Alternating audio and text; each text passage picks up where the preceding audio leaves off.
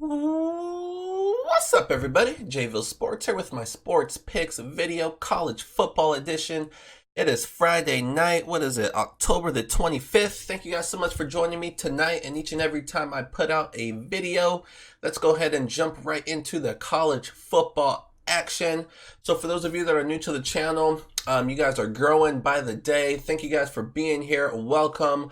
I like to do a little something different for each sport that I make videos for, and for college football and college basketball. So excited for college basketball right around the corner. I do something similar for both sports, and what I do is called a long shot parlay. There are so many games on Saturdays when it comes to the college sports that I don't want to make a video just to give out one play when there are just so many games out there. So what I like to do is put together a bunch of games that I'm leaning towards. They're not my best bets, but there are games that I'm betting on, games that I'm leaning towards, games that I like. So I put all of those ones together into what I call a long shot parlay, which is any parlay where the payout is $10,000 or more. We just hit this 2 weeks ago. I'll go over what we did last week, and then we'll get into this week's, and then I'll give out one of my more favorite straight bets. And then that's it for college football. And then stay tuned for my NFL video, which will be coming out sometime on Saturday. So let's go ahead and jump into the action, because these videos can get lengthy if I ramble on. So we'll just go ahead and quickly recap our long shot. Definitely want to recap our long shot, or I should say quickly recap our long shot from last week. So this was week 8's long shot attempt. Like I said, in week 7, we hit our long shot, cashed a $10,000 parlay. We backed that up with this one in week 8. Oh man, not so good. Almost the complete opposite. We had Clemson and Louisville over 62, but Louisville's offense did not. Clemson's defense played very, very well. Louisville, very conservative. I really don't know what they were doing. A couple turnovers in there as well. So that one didn't quite get over the mark. I think it was somewhere in the 50s. Oregon, Washington, under 48. This Oregon defense before this game was just absolutely amazing, giving up less than 10 points a game. But Washington, they have a great head coach. They figured out this Oregon defense very, very quickly, and Oregon could not stop them. And on the flip side, Washington could not stop Oregon. This was a shootout. Oregon came out on top. I'm pulling for Oregon. I'm trying to root for a Pac-12 team to get into the big dance, the Final Four. Don't think it's going to happen, the playoff. But Oregon is the only slimmest chance the Pac-12 has. So hopefully they can run the table. We'll see. So they came away with that victory, but that game went over 48. Missouri minus 21. Missouri minus 21 lost outright. This team, just for whatever reason, when teams get ranked for the first time in a long time, it's human nature. These are college kids. It gets in their head. That's all they hear about. You're ranked. You're great. Blah, blah, blah, blah. They go on the road and face this is a bad Vanderbilt team. Very, very bad. And they lose outright 21-14. Not only did they not cover 21, they didn't even score 21 total. So just a complete no-show by Missouri. Kind of should have saw that one coming. UAB minus 17. Love UAB. I've loved UAB for a few years now. This team always wins me money. And last week was no different. Our only winner, Michigan, Penn State under 46. Michigan scored a lot more points than I thought they would. Props to them. They were down 21-0, but they did not give up. They came roaring back and actually probably had chances to win that game. So very, very impressive. This one didn't go way over the total, but definitely went over the 46. Alabama minus 34. A little bit unlucky in this one. Alabama ended up winning by 22, but Tua got hurt in this game, so that was definitely unfortunate. When Tua went out, Alabama's offense obviously was not the same. So that was a tough one there. Tua is out for a few weeks. We'll see when he can get back. He's definitely out this week. And last but not least, Nevada plus 21. Was hoping Nevada could keep that game close. They ended up losing by 26, so missed that one by 5 points. The offense just did not show up. They scored 10 points total in that game. So definitely just one more touchdown from Nevada would have got us to the number. But so yeah, definitely not a great performance there. Even if we don't hit the long shot parlay, I still want to hit at least, at the very, very least, more than half of these. So yeah, so let's quickly turn that page and move on to week 9 and have a much, much better performance than that, and hopefully hit this long shot parlay once again. So let's just go ahead and jump right into it. Week 9 long shot attempt. And you can see the long shot record at the top of the screen. Like I said, if you were to take all of these games straight that I've given out so far in the long shot parlay, 24-19, so 56%. So very, very good. And that's on top of that really, really bad performance from last week. So that just shows how good we've been so far with our long shot plays. But let's try to hit this one. So let's go into it. So we have Purdue minus 9.5. Purdue is at home against Illinois.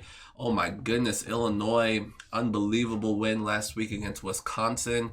Almost a 30-point favorite Wisconsin was, even though they were on the road. Should have won that game, but a bad play by the quarterback of Wisconsin to turn the ball over to give Illinois that chance to win, and they took advantage of it. But anyways, so when you come off with a historic upset, you know the next week this team is going to be flat. And even despite that, Purdue, they lost their quarterback who was very good early in the season, but I like the way their young quarterback has played. He's gotten better, Plummer, week after week. And I think he's just going to continue to get better. They had some issues with the offensive line as well, so it looks like they shored that up the last couple weeks as well, so getting him some protection. And I just love that. I think this is definitely a better Purdue team than Illinois. And then you have the Illinois team coming off that huge win, kind of their Super Bowl win at home. And I just think on the road that they're going to come out flat. So I love Purdue here to win this game by at least 10 points. Next, we have Rice plus 10.5. I'm sure you guys are like, what? Rice? This team is 0-7. Let me double check that. Yes, 0-7. Playing a Southern Mississippi team. Obviously, Southern Mississippi is the better team. So Southern Mississippi is coming off of a loss on the road against Louisiana Tech. That was a huge game for the division. With that loss, it hurts their chances of winning the Conference USA West. They're now behind both Louisiana Tech and UAB. So I think that's a deflating loss for them. Now they have to travel on the road to face probably the worst team in Conference USA. So they go from facing one of the better teams, playing for the top spot in the division. They lose that game, and now they have to play the worst team in the conference. I just don't see them being motivated here. I think they'll do enough to win the game, but covering double digits on the road against an opponent that you don't care about, that you don't respect, that's a recipe for danger. I don't see Rice getting the outright upset, but like I said, I definitely think they can keep that game close. Next, we're going with Nevada plus 14. We're going with Nevada again to keep this game close. They're going against a Wyoming team that struggles offensively. And I think this Nevada team, they had a bad performance last week against Utah State. So I think they learn from that and build upon that and get better from that. This is a good Nevada team. Not a good Nevada team, but a team that's getting better and better. They just made a lot of mistakes last week. So I think they build upon that. If they can score some points here, like I said, Wyoming's not the type of team that's going to blow you away. So I like Nevada here to keep this game close. We have Iowa State at home minus 10. They are playing Oklahoma State. Oklahoma State has been very disappointing this year. Last week they were coming off of a bye. We were on them last week and they still ended up losing at home against Baylor. Baylor obviously is very good this year, but that was still a game at home that Oklahoma State needed to win. So again, I think that loss deflates them a little bit. They were talking about not turning the ball over and they ended up doing it anyways. I think it's in their head. It's definitely mental. Just a lot of turnovers, a lot of sloppy play from this Oklahoma State team. So I like Iowa State here at home to take advantage of that. They have a very good coach, a very good team, very tough place to play. I like Iowa State winning this game by double digits. We have UMass plus 10, another bad team that I'm taking here. Double digits at home. UConn should not be laying double digits against anybody. This team is bad, but it just shows you how bad UMass is as well. But UMass is coming off of a bye. It's a young team, young coach, so I don't know if they'll take advantage of that bye, but I think they will. They've won one game, so both these teams have won one game. I think they get win number 2 here at home, and if not, I think they still keep this game close. Like I said, Connecticut should not be laying double digits on the road, so I'm taking UMass coming off of a bye at home to keep this game close. We have Virginia -3 taking on Louisville. Like I said, I did not like what I saw from Louisville last week. Offensively, defensively, both sides of the ball did not play very well at all. Virginia, on the flip side, they crushed Duke last week at home. I think they continue that. They're leading the coastal side of the division, so they can't slip up here to a inferior Louisville opponent. Louisville's going to get better and better, but this is definitely not their year. I like their coach. I think he's going to build this program back up, but Virginia is just a much, much better team. Only 3 points here. I will take that. Texas Tech, Kansas. This is our only total. I'm going with the over.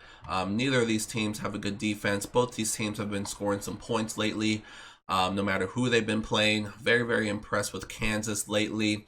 They probably should have won last week against Texas. It's a very, very good Texas team. But Kansas, their offense has looked great at times. Texas Tech, we know they always have a good offense, bad defense. So I love a lot of points in this game. Weather should be good, so I expect a lot of points. So over 65, Texas Tech, Kansas, and that's going to round out our long shot parlay. It's going to be a 7-team parlay, 6 sides, 1 total. We have 3 underdogs, 3 favorites, and 1 total, 130 to pay out $10,139. We will see what happens there. So that's going to be our long shot attempt. I don't necessarily recommend you take this long shot parlay. Obviously, it's a huge long shot. It's not likely to come in. You should maybe pick your favorites, do a smaller parlay, or just do a bunch of straight bets. But whatever you want to do is definitely up to you. I'm definitely going to take the chance on it. I built up a big bankroll to do that. So that's it. So we'll go on with one of my favorite straight bets of the week. But before I do that, I do want to mention my website, JVilleSportsPicks.com. If you're interested in my best plays, if you're interested in plays every single day, I don't release a video every single day, so I'm not always on here giving out a free play each and every day. But if you're interested in my best bets in all sports, I do NFL, college, MLB, NBA is in action.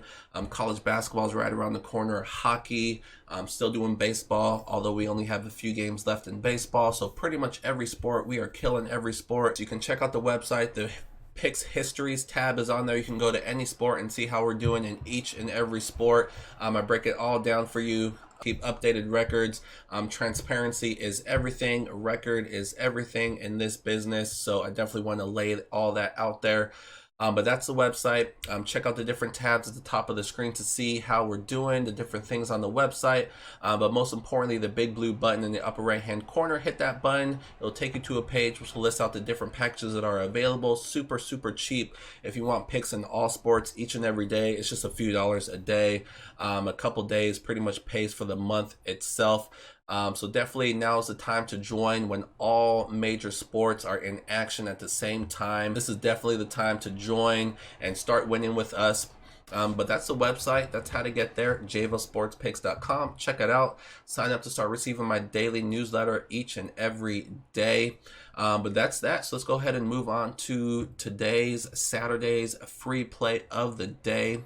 For today's Saturday's play of the day, and I am going to go with an underdog play here, and I am looking at Michigan State, the Sparties. So a lot of angles in this one. So Michigan State, first of all, is coming off of a bye. Whenever you have a good coach on their bye week, I love taking those angles. A bye week is not an automatic play. Not everybody can take advantage of a bye week. You really have to look at the coach, the history of that coach and their bye weeks and the success that they have coming off of a bye week, because not everybody's good. I have a lot of plays this year where I've went against teams coming off of a bye and have been successful, and vice versa. So this is one of the cases where Michigan State, I think that bye week was needed. They were struggling offensively. They were coming off 2 straight losses, but look at who those losses were to: Ohio State and Wisconsin. and two top 10 teams at the time. Offensively, they just could not get it done in either of those games. So I think the bye week came at a perfect time to get this offense in tune here, because this team has a very, very good defense. Seniors all over the field. This is a good defense, but if they're on the field the whole game, obviously they're going to get scored upon. So this offense definitely needs to step up. So I think the bye week came at the right time for Michigan State. So I definitely think they can put together a good game plan for this Penn State defense, which really isn't that great. We saw what Michigan did last week. Michigan's offense is not good. And on the road, they were able to score 21 points on this Penn State team. This Penn State team, you have to think they're a little bit tired here. They're coming off two grueling games, two tough games against ranked opponents in Iowa and Michigan. Now they have to travel on the road to Michigan State. It's definitely a tough spot. This is an undefeated team, 7-0. They're not going to go undefeated the rest of the way. They have another ranked team on deck after this in Minnesota. And then later in the year, they have Ohio State. This team is going to slip up a couple times this year, and I think the first time is going to be right here, right now. This is definitely going to be a weakened team. All things being equal, Penn State is the better team, but this spot, it just heavily favors Michigan State here. I think we have a tired Penn State team having to get up again for another game. Very, very difficult on the road. The crowd is going to be on fire for this one. The top 10 team coming to town. Michigan State, with 3 losses already this year, they don't have a ton to play for. So this is kind of their Super Bowl, their playoff here. Top 10 team coming to town. They only have one other ranked game, and it's on the road against Michigan. So this is it for the home team. I think they're going to bring it here, and we're getting some points here. This line has come down. We're not getting the best of the number. It opened up at 6.5. And it's down to 5. So obviously money is coming in on Michigan State, and I am joining the party with that one. I think the spot is just too much to pass up on, so I'm going with Michigan State at home +5. If Penn State ends up winning this game, which is definitely very, very possible, I think it's only by a field goal. I think this is a close game that can go either way, and in those situations, I have to take the points. I have to take the home team. I have to take the team that's just going to be hungry behind the home crowd that's going to be hungry against, like I said, a Penn State team that just has to be a little bit fatigued here. So that's going to be Saturday's free play of the day, Michigan State +5. And that's going to do it. That's going to wrap it up. So hopefully you guys enjoyed the long shot. We'll root on Michigan State Spartans. I definitely have at least three more of my favorite straight bets that I'm going to be releasing on my daily newsletter, along with my favorite teaser play, along with my favorite money line parlay play, which is my bread and butter. So all those plays will be in my daily newsletter. So if you're interested in more than just a free play I gave out, definitely check out JVilleSportsPicks.com. Sign up for that daily newsletter. Let me know if you do have any questions. My email address, social media pages, all down below in the description of this video. Other than that, let's go ahead and wrap it up. Don't make this video too long. Good luck with whatever picks you guys do decide to put in.